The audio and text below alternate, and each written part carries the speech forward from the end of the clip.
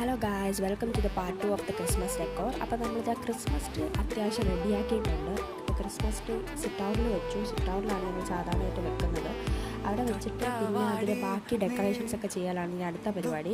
ഇതിനിടയ്ക്ക് ഞങ്ങൾ വലിയൊരു ബ്രേക്ക് എടുത്തിട്ടാണ് ഇതിൻ്റെ വെനിയിലേക്ക് വന്നത്. പിന്നെ എന്താണ് ബെൽസ്, പിന്നെ അതുപോലെ തന്നെ ബോൾസ്, പിന്നെ സ്റ്റാർ, പിന്നെ സാൻഡ, ഇതൊക്കെ തൂക്കലാണ് പണി.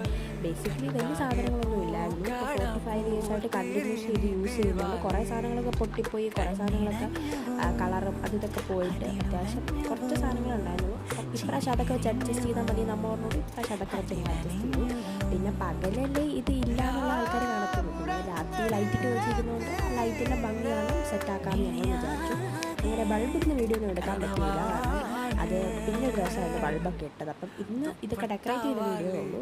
ആൻഡ് ഇതിൻ്റെ ഫൈനൽ ലുക്ക് കണ്ടപ്പോഴാണ് എടുത്ത എഫേർട്ട് അടിപൊളിയായി എന്ന് മനസ്സിലായത്. അപ്പം നിങ്ങൾക്ക് ഫൈനൽ ലുക്ക് കണ്ടാലോ, ഇതാണ് ട്രീയുടെ ഫൈനൽ ലുക്ക്. എനിക്ക് ഭയങ്കര ഇഷ്ടപ്പെട്ടു.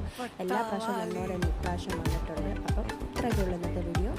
See you in next video. Bye by.